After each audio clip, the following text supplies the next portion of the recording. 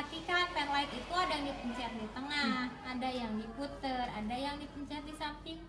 Ya harus tahu cara penggunaan alatnya.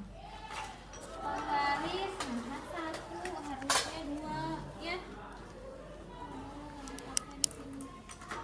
Klorin disiapkan dulu. Untuk apa klorin? Untuk merendam alat medis tadi digunakan. Nanti yang direndam apa? Pengkatel kalau yang logam ya. Kalau yang ini logam aja. Sama apa tadi? Nah, septum nasal ya. Kalau klorinnya udah dituangkan pas persiapan alat, gak usah lagi dibawa ke pasien. Kan gak dipakai juga ke pasiennya. Udah. Terus hand sanitizer sebenarnya bisa pakai alkohol juga. Tisu juga dicek bener nggak? Oh ada 2, nah, harusnya 3. 1 buat ketek, 1 buat ngelak, 1-nya buat bukan patenan jalan Napas. Kalau pembau sih lebih baik pakai kasak ya. Ini sebelum ke pasien siapkan juga kasih air.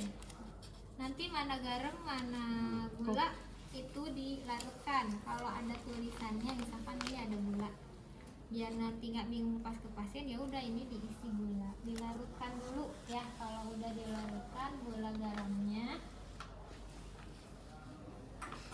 ya disiapkan, pura-puranya udahlah ya. Tensi, meteran, udah berarti siap alatnya. Baru ke pasien. Identifikasi pasien tuh tadi di statusnya atau di Kemedrek. Baru ke pasien. Bapak selamat pagi, perkenalkan saya perawat siapa, akan berdinas di sini dari jam berapa sampai jam berapa. Kedatangan saya ke sini akan melakukan pemeriksaan kepada Bapak, pemeriksaan fisik dari ujung kepala sampai ujung kaki. Betul Bapak dengan Bapak Farel? Betul. Coba Bapak bisa lihat gelang pasiennya. Sebutkan Bapak tanggal lahirnya. Tanggal 1 bulan 5. Oke, sudah betul ya Pak. Berarti kita sembarian mengecek kesadaran Pasien. Kira kesadarannya bagaimana? Kompos mentis. Pasien bisa memberikan tangan, bisa menjawab juga ya, itu sekalian.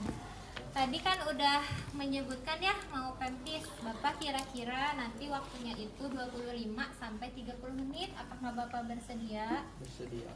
Oke, jika Bapak bersedia, saya akan mengambil alatnya dulu ya Pak ya. Diambil alatnya, cuci Tangan. Udah cuci tangan, kita pakai Handscoon. Terus kan tadi udah dicek ya alatnya. Paling ini yang kurangnya arloji sama buku catatan ya, sama pulpen berarti ya. Kalau ada buku catatan, ada pulpen untuk menulis tekanan darah sama suhu sama berat badan. Nah, dokumentasi mah nanti terakhir ya. Alatnya udah dicek, udah lengkap, udah berfungsi. Tadi suhu aja ya. Jaga privasi pasien, tutup sambiran. Terus atur pencahayaan. Kalau redup berarti nyalakan lampunya. Kalau ini kan udah cukup. Ciptakan lingkungan aman yang nyaman. Bapak posisinya mau seperti apa? Berbaring ya. Silakan Bapak berbaring. Sebelum diperiksa, apa Bapak mau minum dulu atau ke kamar mandi dulu? Tidak. Nggak ada. Udah posisinya udah nyaman ya Pak ya. Terus diangkat nih rel tempat tidurnya. Kalau ini berarti kalau kitanya ada di sini, yang di sebelah sana yang diangkat. Ya biar pasiennya nggak ada. Tadi kesadaran udah, kompos mentis. Bapak berat badan sebelum sakit berapa? 50. Tulis 50. Sekarang berat badannya berapa Pak? 47. Kalau pasiennya lupa belum ditimbang ya kita bawa timbangannya. Bapak kuat nggak untuk berdiri? Oh ya, timbang dulu. Tinggi badan berapa Pak? 160. 160. Bapak saya ukur dulu ya tekanan darahnya sama suhunya.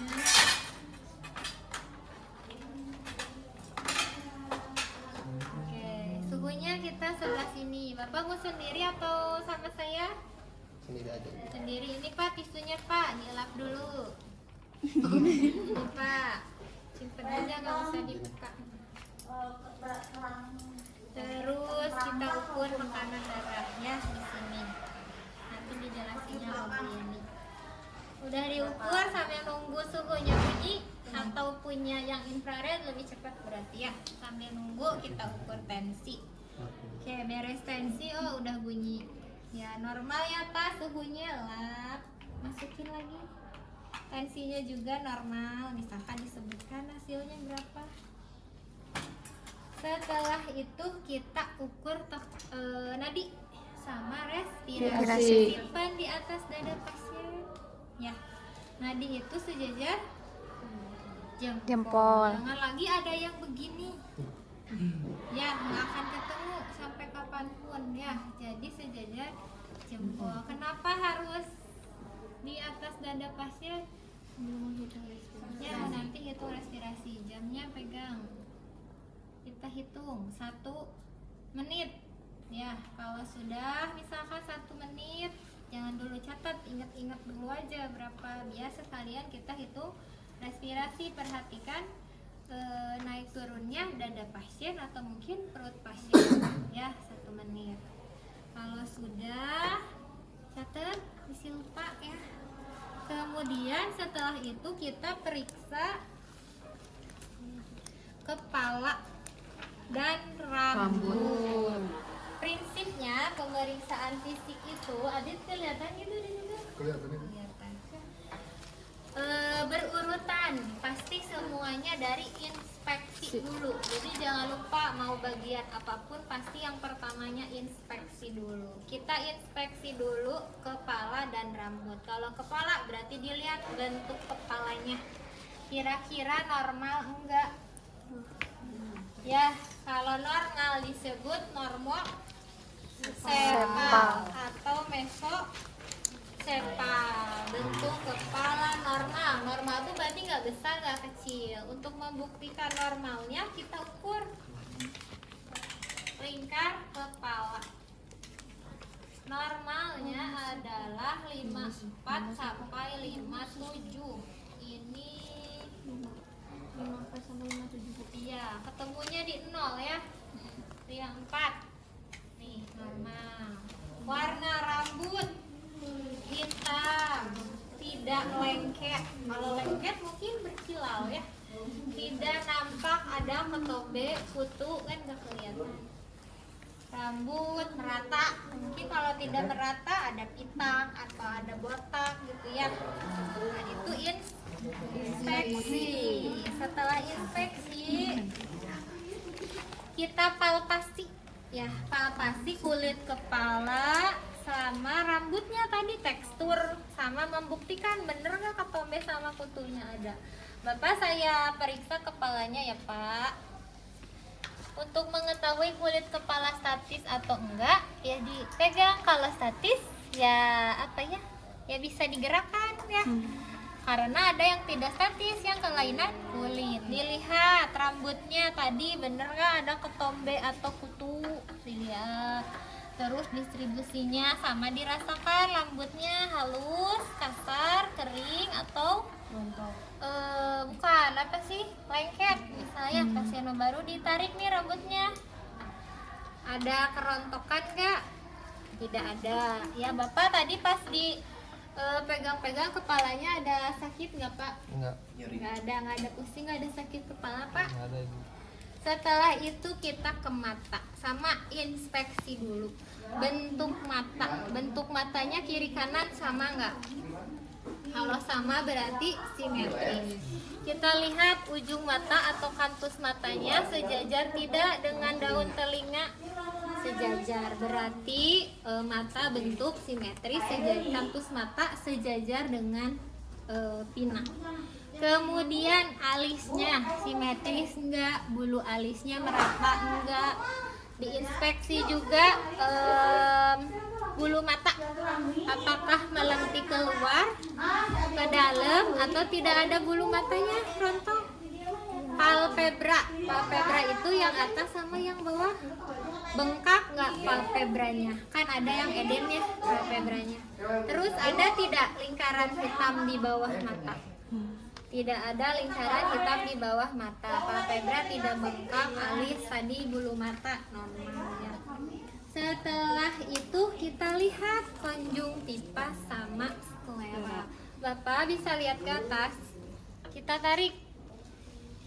Konjungtiva itu berarti yang bawah ya. Warnanya merah muda. Skleranya putih. Bapak bisa lihat ke bawah. Ke bawah, Pak. Ke bawah kenapa, Pak? Nah, putih ya. Oke. Bapak ada keluhan nggak di mata? Nggak ada. Saya akan tekan-tekan ya, Pak. Untuk mengetahui pupil dulu. Pupil dulu. Ukuran pupil. Kita periksa pupil. Bapak, saya akan melakukan pemeriksaan refleks pupil terhadap cahaya. Jadi dijelaskan ke pasiennya mau ngapain ya. Mungkin agak sedikit tidak nyaman ya Pak ya. Dari yang terjauh dulu. Kita lihat kan gelap tuh. Nah, pupilnya mengecil. Kita lihat dari samping yang ini mengecil, miosis. Ukurannya harus diperhatikan sama tidak kanan kiri. Nanti sebutkan refleks pupil terhadap cahaya positif. Pupil miosis, ukuran isokor. Isokor itu berarti sama. Kalau ternyata yang ini mengecilnya kecil banget, yang ini sedang, berarti tidak sama. Nanti istilahnya anisokor ya. Setelah itu dikaji ketajaman penglihatan. Tanya dulu ke pasiennya. Kalau di SPO pakai kacamatanya kan nomor 49. Tanya dulu karena mau dikaji ketajaman, Bapak pakai kacamata tidak? Tidak. Berarti Bapak bisa baca? Bisa. Nah, bisa ya pasien nanti buta huruf ada ya. Bapak bisa baca tulisan yang ini? Alkohol 70%. Oke, di tesnya 30 cm ya, jangan terlalu dekat. Terus jangan, Bapak bisa baca papan nama saya. Kalau mau pakai papan namanya lepas dulu. Ya, 30 cm dari pasien. Kalau pasiennya pakai kacamata, pakai dulu kacamatanya, baru suruh baca. Kalau ternyata bisa dibaca, berarti minus atau tulisnya masih tetap. Kalau ternyata udah pakai kacamata nggak bisa baca juga, berarti mungkin harus diganti ya. Setelah ketajaman, kita cek pergerakan bola mata pasien. Boleh pakai alat, boleh pakai jari pemeriksa. Bapak, saya akan melakukan pemeriksaan pergerakan bola mata Bapak. Nanti bola mata Bapak ikutin arah jari saya ya Pak. Kepalanya diam saja. 30 cm sama ya jaraknya. Ke atas bawah, kanan kiri, ke samping. Pokoknya 8 arah mata. Tuh, berarti kalau matanya tadi bisa mengikuti pergerakan, berarti pergerakan matanya normal. Tidak ada strabismus ataupun nystagmus. Jadi kalau yang strabismus mungkin kitanya ke sini, matanya kemana. Kalau nystagmus yang gerak-gerak sendiri. Ya. Nystagmus. Ya, yang nggak disuruh gerak juga, gerak-gerak sendiri. Kemudian berikutnya pemeriksaan lapang pandang untuk mengetahui jarak atau lapang pandang pasiennya. Bapak, sekarang saya akan melakukan pemeriksaan lapang pandang.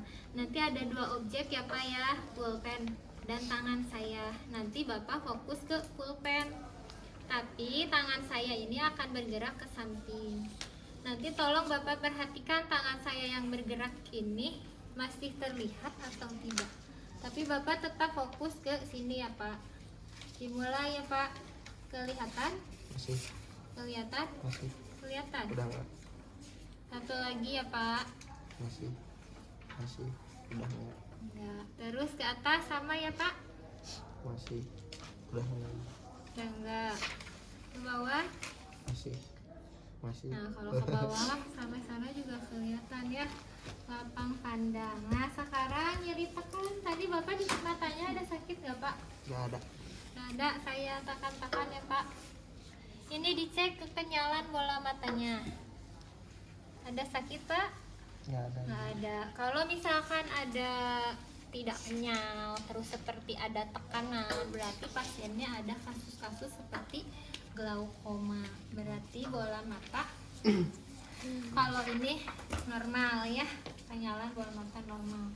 Tadi keluhan udah ditanya, setelah mata lanjut ke muka.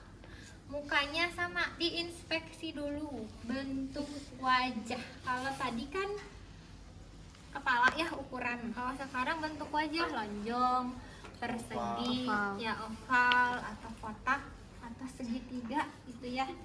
Bentuk muka lonjong, tidak ada luka, ada tai lalat mungkin ya, atau ada jerawat, disebutkan ada jerawat. Kalau ada lesi atau ada lebam disebutkan. Jadi inspeksi warna kulit mukanya, misalkan warna kulit mukanya sama dengan warna kulit lain ya. Kan ada yang warna kulitnya kuning atau kemerahan pasien yang demam ya. Kalau ini normal, berarti bentuk muka tadi lonjong, warna kulit sama dengan kulit lain, tidak ada lesi, tidak ada luka, tidak ada jerawat. Kemudian pemeriksaan otot fasialis. Bapak bisa mengangkat alis ya? Bisa. Coba Pak. Nah, angkat alis, menggembungkan pipi Pak. Memperlihatkan gigi. Nah, diperhatikan saat pasien mengangkat alis tuh sama nggak kiri kanan, atau ini ketinggalan, ini nggak bisa ngangkat ya. Menggembungkan pipi sama nggak menggembungkannya? Berarti kalau tadi sama, berarti otot fasialis normal, simetris berarti ya. Kalau misalkan ada gangguan, berarti mungkin pasiennya ada Bell's palsy atau ada stroke gitu, yang pas gembungin pipi yang ini kembung, yang ini enggak, pas senyum yang ini kesini, yang ini enggak misalnya ya. Itu otot fasialis. Tadi ada luka udah disebutin ya. Ada keluhan Pak di muka? Tidak ada. Tidak ada. Sekarang masuk ke telinga. Telinga tadi kan udah dilihat ya pas mata, berarti simetris ukurannya. Tinggal dilihat bentuknya kiri kanan sama enggak. Di yang ini teh kecil sendiri gitu ya, ini normal. Telinganya ukuran sama, daun telinganya juga simetris, warnanya sama dengan warna kulit yang lain. Ada lesi enggak? Kan masih dilihat dulu nih kulitnya, ada lesi, ada luka, atau mungkin banyak apa Kotoran. belum ini ada tindik gitu banyak ya, atau mungkin bengkak matanya. Sekarang kita lihat lubang telinga Bapak. Saya akan meriksa lubang telinganya. Bapak bisa menoleh ke sebelah sini. Oke, caranya ya jangan dijilir gini ya. 3 jari di bawah, tarik ke belakang terus ke atas. Kita lihat, agak susah sih Bapak, punten. Yang dilihat habis ini. Yang dilihat itu adalah di lubang telinganya ada apa aja ya. Kotoran. Kalau misal ada kotoran, biasanya kelihatan tuh bintik-bintik ya, atau kotorannya basah, atau yang kering mah biasanya nutup. Terus yang dilihat lagi membran timpani. Membran timpani warnanya putih atau keabu-abuan. Kalau tadi yang farel ada sedikit kotorannya, membran timpani utuh. Nah, ada yang membran timpaninya nggak utuh. Bisa pada kasus-kasus yang otitis media. Jadi membran timpani robek. Kalau membran timpani robek pas dilihat juga mungkin udah ada cairannya atau congean ya. Terus satu lagi sama ya, dilihat ya ada serumen sedikit. Setelah dilihat, kita palpasi tekstur sama adanya lesi tadi. Daun telinganya dulu, daun telinga, habis itu belakangnya, tulangnya, tulang mastoid. Sakit nggak Pak? Enggak. Ya, tulang mastoid, yang tulang belakang telinga. Tidak ada nyeri Pak? Tidak ada. Pas dipegang nggak ada. Sekarang kita tes pemeriksaan kekuatan pendengaran pasien. Bapak, saya akan berbisik kepada Bapak. Nanti Bapak tolong tebak ya Pak ya. Iki. Kedengaran berarti ya. Oke, sama misalkan yang sebelah sana mah kan susah ya. Kita tes gesek aja. Kedengeran Pak? Kedengeran. Atau yang sini juga mau tes gesek boleh. Atau tadi tes bisiknya dari suara yang pelan dulu sampai ke keras. Kalau yang keras kan tadi juga ditanya bapaknya jawabnya. Oh iya. Itu tes pendengaran yang tes bisik. Setelah itu kita pakai garpu tala. Pemeriksaan garpu tala ini ada 3. Ada Rine, Weber, sama Swaba. Kalau Rine itu untuk untuk membandingkan hantaran tulang mastoid dengan hantaran udara. Jadi nanti garpu talanya itu ditempel di tulang mastoid. Setelah ditempel, pasiennya tidak mendengar suaranya, pindahkan ke depan telinga pasien. Itu pada telinga kanan dan kiri. Cara menggetarkannya boleh seperti ini atau boleh seperti ini. Ya, dicubit. Nggak usah kenceng-kenceng juga dia getar ya. Pegangnya di tengah ini ya. Terus kalau mau pakai tangan kanan ya udah langsung simple. Kadang masih satu bolak-balik jadi keburu hilang ya. Itu Bapak bisa tengok ke sebelah sini.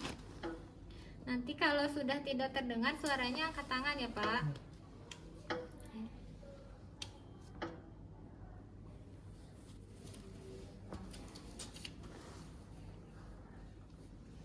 Masih ada Pak? Ada? Sampai habis suaranya. Sama di telinga ini juga. Itu pemeriksaan Rine. Bapak, sekarang garpu talanya saya akan simpan di atas kepala Bapak. Nanti tolong diperhatikan suaranya di kanan kirinya sama atau tidak. Jadi kalau Weber membandingkan kanan dan kiri. Di ubun-ubun ya.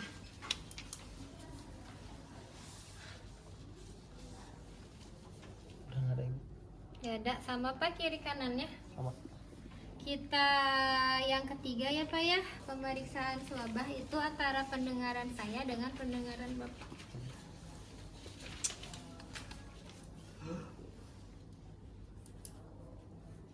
Ada? Ada. Ada. Jadi kanan ada kata pasien teh, dengerin lagi. Oh iya ada, itu swabah. Bapak di telinga ada keluhan? Tidak ada ibu. Tidak ada. Oke Bapak, selanjutnya kita akan melakukan pemeriksaan bagian hidung ya Pak. Kita perhatikan bentuk hidungnya simetris atau tidak. Tulang hidungnya lurus, bengkok. Warnanya juga bisa ada luka gitu ya. Lubangnya kiri kanan sama enggak. Taunya simetris. Septum nasal nih yang tengah-tengah sejajar dengan nasolabia yang ini ya. Septum nasal sejajar dengan nasolabia. Warna kulitnya sama dengan kulit lain.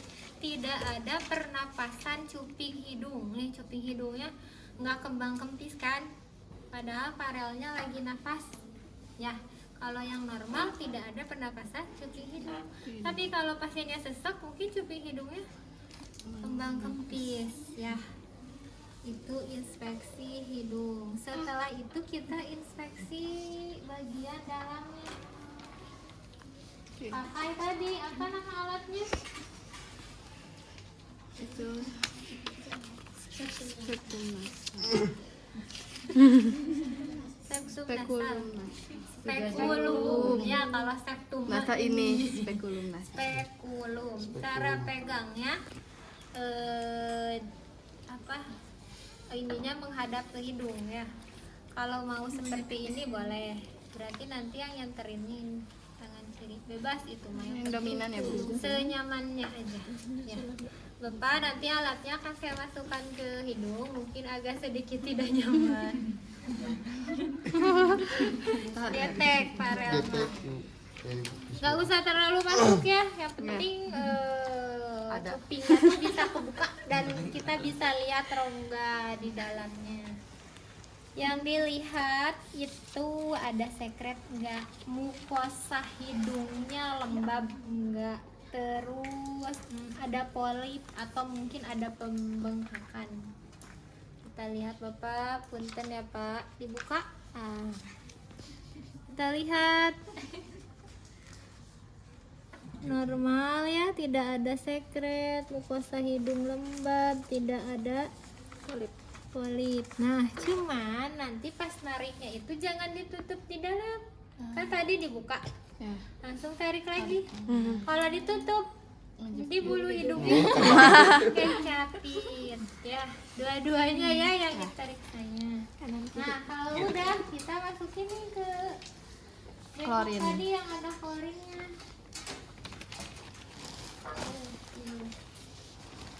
Gitu. Setelah itu kita palpasi sinus. Bapak nanti saya akan memeriksa sinus Bapak apakah ada peradangan atau tidak. Punten ya Pak ya. Mulai dari maksilaris. Maksilaris itu tulang ini nih, maksilaris tulang pipi. Kita tekan-tekan. Tekan-tekan. Bapak ada sakit? Tidak ada. Sakit nggak Pak? Enggak. Nggak ada. Terus ke frontalis. Ada sakit? Nggak ada Ibu. Setelah dari frontalis kita ke sphenoid atau ethmoidal. Sphenoid, ethmoidal sini ya. Sphenoid. Sakit nggak Pak? Tidak. Itu boleh tekan-tekannya seperti itu atau langsung digesek gini, tapi rada ditekan. Ya mungkin tapi pasiennya agak kurang nyaman kalau digesek ya. Itu. Kemudian kepatenan jalan nafas. Kita ambil. Bapak, saya akan cek kepatenan jalan nafas. Nanti saya akan menutup lubang hidung Bapak sebelah-sebelah. Tolong Bapak hembuskan nafasnya dari hidung ya Pak. Satu lagi Pak. Nanti kepatenan jalan nafas baik. Kalau ternyata yang kanan mah tadi lebih sedikit niupnya, berarti ada sumbatan jalan nafas. Pasiennya lagi flu. Sekarang kita ke fungsi penciuman. Bapak ada alergi mentol? Tidak ada. Tidak, saya akan melakukan tes penciuman ya Pak. Nanti Ya. Bapak tolong ditutup matanya dan nanti menebak aroma yang saya berikan. Siap ya Pak ya? Ditutup Pak. Terusnya tadi pakai pasta ya. Ambil dulu Bu. Nanti aja. Tutup Pak. Yang pertama harus kopi dulu ya, karena kalau kayu putih tuh nempel ya. Kalau kasama nanti tutup semua, kalau tisu mah nanti nggak kecium. Ini mah biar nggak tumpah aja ke pasiennya. Bapak aromanya apa Pak? Nggak kecium. Nggak kecium Ya, ya? belum kecium. Tadi pas udah deket udah baru kecium. Ada Ada Ibu. apa Pak? Kopi. Nah pasiennya masih belum terpapar. Kayu putih bisa dituangkan ke kasanya, karena kalau langsung makan takutnya kaget gitu ya. Bersin-bersin. Iya, mungkin ada juga yang alergi mentol. Bapak ini wangi apa? Kayu putih Ibu. Ya, penciuman. Udah, Bapak ada keluhan di hidung, boleh dibuka Pak matanya? Ada keluhan? Tidak ada Ibu. Tidak ada. Selanjutnya kita ke mulut. Ya, mulut tadi kan udah diperiksa tuh labianya, nasolabianya sejajar dengan septum nasal, berarti bentuk mulutnya simetris. Atau ada yang sejajar tapi mungkin mencong ke sini. Ya berarti mulut tidak Simetris. Itu dilihat dulu bentuknya. Terus warna bibir dilihat juga, warna bibirnya apa. Misalkan warna bibir merah muda, mukosanya lembab atau kering, sebutkan nanti. Misal mukosa lembab atau mukosa kering.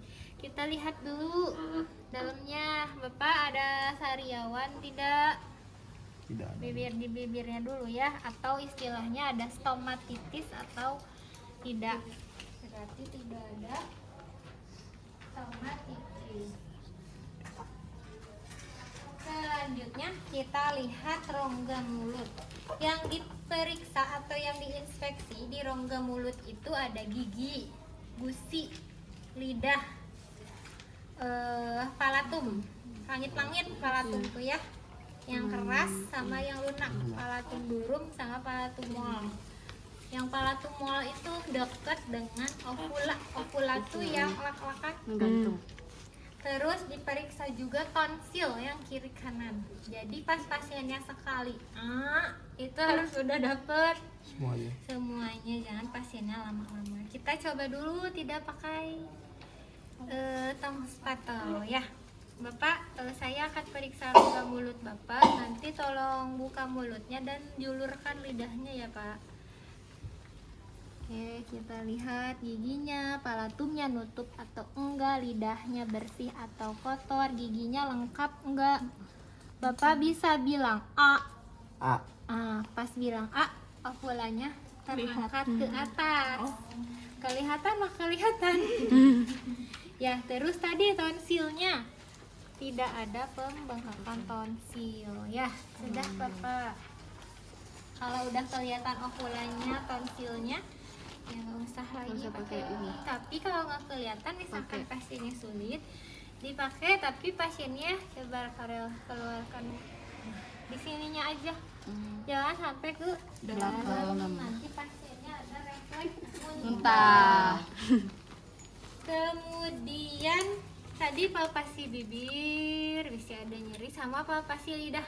Biasanya lidahnya ditekan. Kalau ada nodul atau ada massa, normalnya tidak ada. Kemudian kita periksa tes pengecapan. Misal mau yang ini dulu gitu ya Bapak, nanti saya akan tes pengecapan Bapak. Nanti Bapak tolong julurkan lidahnya. Setelah itu Bapak tebak rasanya apa. Udah diairin misalnya. Kalau manis di mana? Di depan ujung lidah. Coba Farel lihat lagi. Nah, lidahnya Farel ada sariawan tuh di ujung, kelihatan ya merah. Rasanya apa Pak? Ganti. Kita ganti ya. Kalau garam anggap aja udah diganti. Putih putih. Asin di mana? Pangkal lidah, tapi belakangnya pangkal lidah dari sini. Samping kiri sama kanan. Ditetes-tetes. Rasanya apa Pak? Asin. Bapak di mulut ada keluhan? Tidak ada. Ya, dari mulut kita ke leher. Oke, dilihat lehernya. Bentuknya simetris, enggak ada benjolan atau mungkin ada peningkatan vena jugularis. Kalau peningkatan vena jugularis nanti ada naik turun ya, atau enggak ada ya peningkatan vena jugularisnya biasanya naik turun kelihatan. Ada bengkak enggak, atau mungkin ada nodul ya, benjolan, atau mungkin ada pembesaran kelenjar tiroid. Terus dilihat ada lesi, ada jejas tuh mungkin luka yang keunguan, atau mungkin ada luka bekas operasi. Ini tidak ada. Warna kulitnya sama tidak dengan warna kulit yang lain. Kemudian kita palpasi posisi trachea. Bisa seperti ini atau bisa juga seperti ini. nanti ke pasiennya, Pak, punten ya Pak, saya periksa. Kalau misalkan lurus ternyata ya berarti posisi trachea berada di tengah. Kemudian kita periksa adanya pembesaran kelenjar getah bening (HGB) ya. Mulai dari retroaurikular dari belakang telinga. Ya, retroaurikular. Terus ke depan telinga, periaurikular. Terus ke bawah dagu, submental. Dipalpasi, ada nggak pembesaran? Balik lagi ke belakang leher nih, kan ada sampai sini.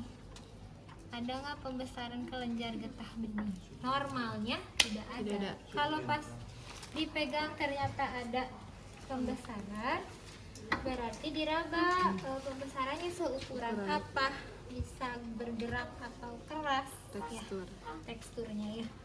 Berikutnya adakah pembesaran kelenjar tiroid?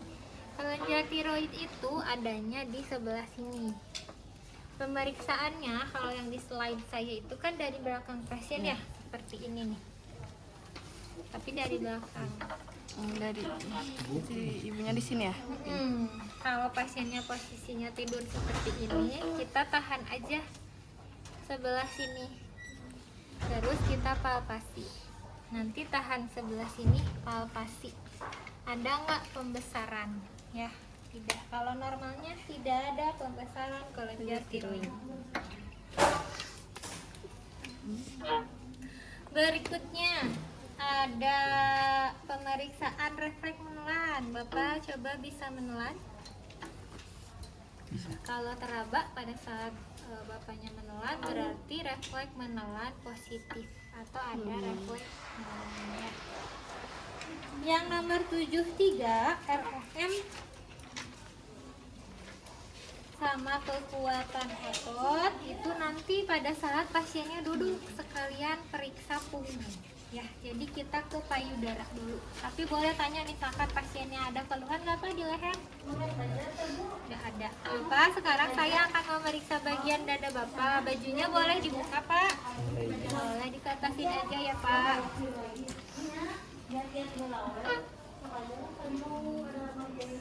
Yang pertama dilihat mungkin bisa sekalian ya, bentuk dadanya, warna kulitnya, karena di SPO itu ke payudara dulu, jadi diinspeksi payudaranya simetris enggak, warna kulit di sekitar payudaranya normal atau tidak. Normal tuh berarti tidak ada kayak yang di slide ya, ada kulit jeruk atau kulitnya ketarik ke sini, terus puting susunya keluar apa ke dalam, ada benjolan atau tidak, misalkan kelihatan ada benjolan atau mungkin ada luka bekas operasi, ini tidak ada ya, simetris. Setelah itu kita palpasi masak sama pembesaran kelenjar getah bening yang ada di ketiak ya. Bapak tangan yang sebelah sininya tolong ke belakang kepala, kita palpasi dari ketiak ya. Palpasi dari ketiak, kelenjar getah beningnya ada tidak melawan arah jarum jam, jadi ke bawah. Kalau payudara berarti dari luar payudaranya, kalau pada perempuan ya sampai ke tengah, Jadi bulat. ya jadi bulat. Bisa juga abis dari ketiak pinggir gini bisa. Terus tengah-tengahnya ada pengeluaran cairan atau tidak. Diturunin lagi Pak, gantian. Sama. Kalau ini berarti ke sini. Enggak ke bawah, ya ke sini. Sama sampai ke tengah atau tadi. Ya, enggak ada benjolan atau tidak ada pembesaran kelenjar getah bening. Ada keluhan nggak Pak di payudaranya? Tidak ada. Setelah itu ke dada. Tadi warna kulit udah ya sekalian. Tinggal yang belumnya mungkin diperhatikan irama nafasnya pasien. Kelihatan nggak? Misal nih, Farel nafasnya biasa aja. Tadi dari waktu dalam. Oh, tarik nafas dalam dulu. Diperhatikan naik turunnya dada kiri kanan sama enggak. Terus ada retraksi dinding dada enggak? Retraksi dinding dada tuh kayak tadi Pak Arya lagi tarik nafas dalam, coba pada. Nah, ke atas banget kan? Nah, kalau normalnya kan ini nafas normal enggak? Nah, berarti tidak ada retraksi dinding dada. Pernafasan normal gitu ya, iramanya normal, tidak ada yang tinggi sebelah. Kemudian kita periksa konfigurasi dada atau ekspansi paru. Ini nanti sekalian palpasi. Pokoknya dilihat tadi masa, luka, benjolan, ada ya.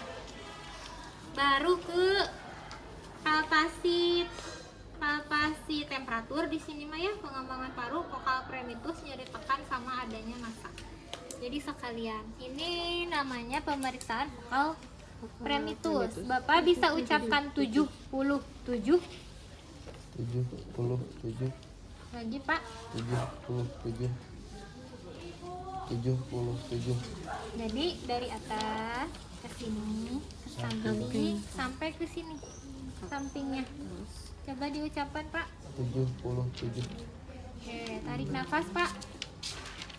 Nah, pengembangan dadanya sama kiri kanan. Tadi kan neneknya rapat ya. Terus jadi renggang. Kiri kanannya sama. Itu pengembangan dada sama. Atau istilahnya ekspansi dada. Dari atas ke samping, terus Dari atas dulu ke bawah. Ke Ini samping. masih lurus, nanti ke samping, terus ke sini. Sampai ini. Sampai iga bawah. Oke, terakhirnya. Kemudian tadi sekalian temperatur kan keraba ya hangat. Ini kenapa pas ini dingin? Ada nyeri tekan atau tidak? Tidak ada masa. Kemudian perkusi. Oh, ada ini. Ada luka, Farel. Ada luka ya, dikit mungkin gak luka. Nah, untuk perkusi kita periksanya itu di sela iga. Sela iga pertama. Sela iga tuh ini misalkan tulang koste atau tulang dada. Kita tangan pemeriksanya di sela-selanya. Simpan. Jadi nanti di sela iganya kita ketukkan perkusi itu untuk menentukan batas organ ya. Padahal bisa agak gimana ya, ke atas kayaknya padahal. Agak ke atas. Nah. Ditekan juga dah pasiennya nggak sakit ini mah. Ya, nih kan salah iga nih kelihatan ya ke dalam tuh. 1, 2, 3, 4, 5. Nanti 6-nya ke sini. 5, 6. Sama yang ini juga. Ya, caranya dari yang terjauh dulu. Suaranya kalau di paru-paru itu suaranya resonan atau sonor ya. Suaranya seperti ini. Nanti kalau pas latihan ternyata suaranya belum seperti itu, masih seperti ketukan pada handspoon atau tangan, ya berarti belum keluar suara sonornya. 31 ICE 1 pindah geser ke sini. Masih sonor atau resonan, pindah ke yang 2. Ini aja deh sekarang. 2 mah masih sonor. 2 lagi masih sonor. 3 masih sonor, pindah lagi ke 3. Masih. Ini udah agak dalnes ya, redup, dalnes atau redup. Sonor masih agak beg ya. Ini udah beda lagi. Timpani. Ini beg lagi karena ada hepar. 6 sama beg ya. Nah, bedanya ya sini 56. Nah, timpani. Jadi lebih apa ya, kosong rongganya kalau timpani. Karena di sini ada limpa, di sini ada Depan. nyepar. Jadi yang terjauh dulu 1, 2, 2, 2, 3 gitu ya, silang-silang. Tadi bagian ICS sebelah kanan sampai berapa nih? 4 ya, karena 5 udah mulai dales ya. Jadi ICS 1 sampai ICS 5 honor atau resonan. Di sini ICS 1 2-nya masih sonor, 3 4-nya dales. Sampai ya 34, 3 2 3 4 ya dales. Ke sini 56 tim Pani. Kemudian setelah perkusi kita dengarkan suara nafas. Suara nafas mulai dari trachea. Nanti didengarkan. Tracheanya boleh sebelah kanan, boleh sebelah kiri. Pasiennya kalau mendengarkan suara napas itu harus tarik napas sama buang napas sesuai instruksi kita. Bapak tolong tarik napas, buang. Suaranya di trachea itu tracheal. Ekspirasi lebih panjang daripada inspirasi. Nanti tolong didengarkan ya pas ke teman-temannya. Terus tadi udah ya, misalkan mau kiri atau kanan boleh. Terus di bronkus tarik nafas, buang. Kalau di bronkus suaranya bronchial. C1 dan 2 ya. Inspirasi sama dengan ekspirasi. Kemudian berikutnya yang ketiga ini area lapang paru. Bukan, percabangan bronkus. Tarik nafas Pak, buang. Bronchosvesikuler sama ini juga. Tapi suaranya itu udah mulai halus dibandingkan suara trachea. 1, 2, 3, 4 di sini area lapang paru. Tarik nafas, buang. Di sini inspirasinya lebih panjang daripada ekspirasi, suaranya vesikuler. 4, 5, 6-nya di samping. Tarik nafas, buang. Nah ini udah mungkin gak akan kedengaran sama sekali ya, harus masuk stop-stopnya. Jadi 1, 2, 3, 4, 5, 6. 5, 6 tuh area basal paru kiri kanan ya, karena paru-parunya ada di kiri dan kanan. Kalau pada saat melakukan auskultasi suara napas di sebelah kiri itu periksanya agak ke lapang parunya, jangan dekat dengan sternum. Nanti yang kedengarannya bunyi jantung ya. Itu suara jantung paru. Kemudian setelah itu kita masuk ke pemeriksaan jantung. Tadi ictus cordis udah, ictus cordis jadi perkusinya udah kan batas. Nah, sekarang kita mau pemeriksaan palpasi ictus cordis. Kalau pada laki-laki itu di bawah putik susu. Kalau pada perempuan itu di lipatan payudara. Pasiennya harus miring ke kiri. Bapak bisa miring ke kiri? Kita raba ictus cordisnya. Punten Pak. Diraba ada tidak denyutan jantungnya?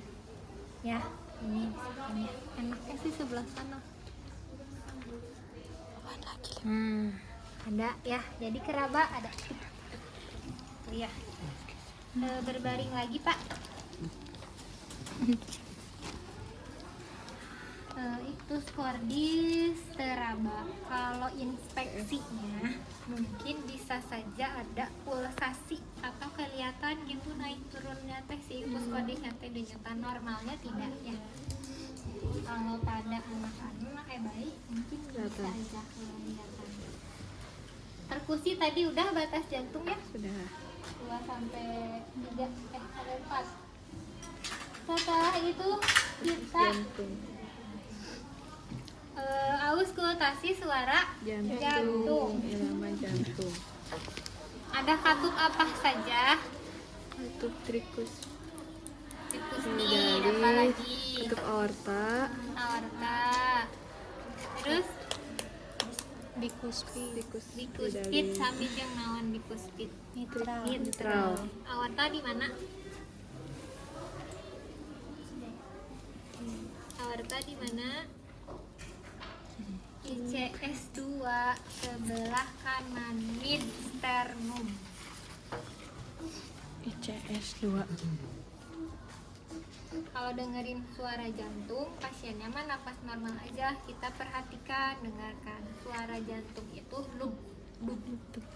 Kalau di aorta itu yang paling kedengarannya adalah dub atau bunyi jantung kedua atau S2, suara jantung 2. Suara jantung pertamanya kan lub, dub, dub gitu ya. Di pulmonal juga sama. Pulmonal ICS 2 sebelah kiri mid sternum. Katup pulmonal sama lubnya juga. Terus ICS 3 dan 4 katup apa tadi? Bikuspid dan bikuspid. Tricuspidalis. Jadi udah 2, nih 3, 4. Boleh di 3, boleh di 4. Suaranya sama lub, dub, tapi yang paling kedengarannya adalah lub. Karena S1-nya lebih besar daripada S2.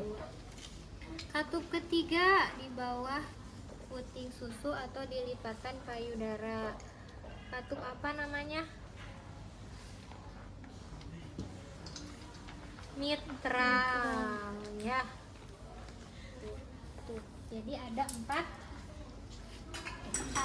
Katup. Udah bunyi suara jantung. Kita tanya Bapak ada keluhan gak di dada? Tidak ada ibu. Tidak ada. Kalau pempisnya keseluruhan, habis di dada langsung ke Abdomen. Karena kemarin abdomennya udah, kita langsung ke punggung. Bapak bisa duduk. Tidak ada.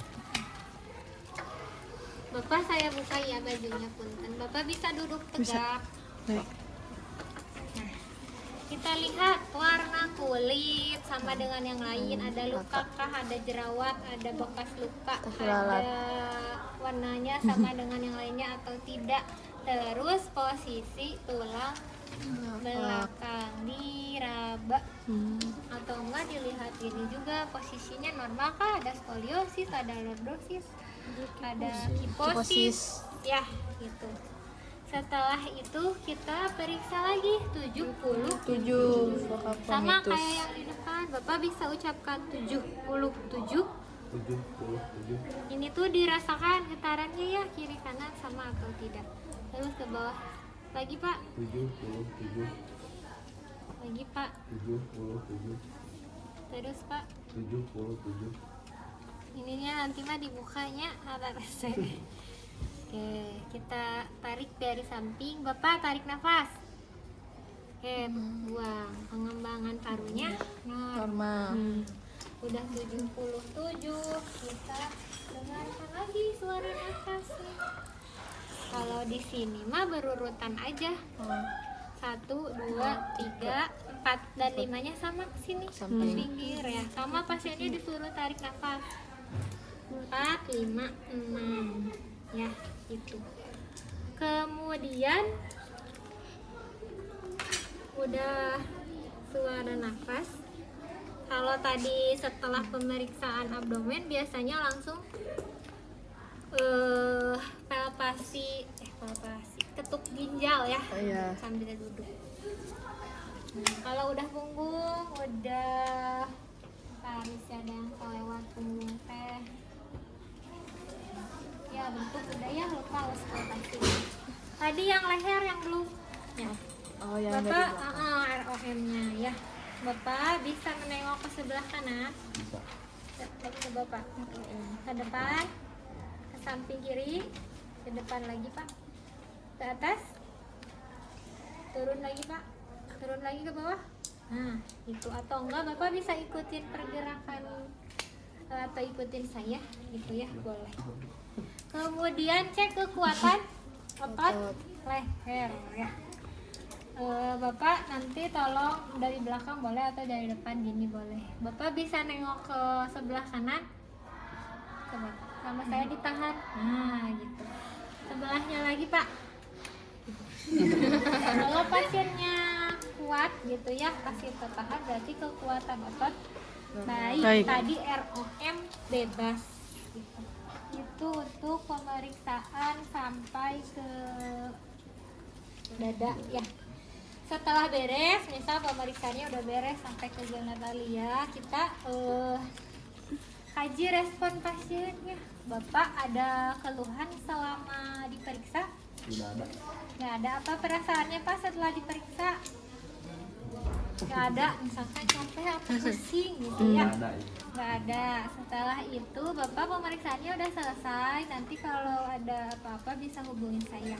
Tadi hasil pemeriksaannya disampaikan yang tidak normal. Misal Bapak tadi tensinya tinggi atau suhunya tinggi.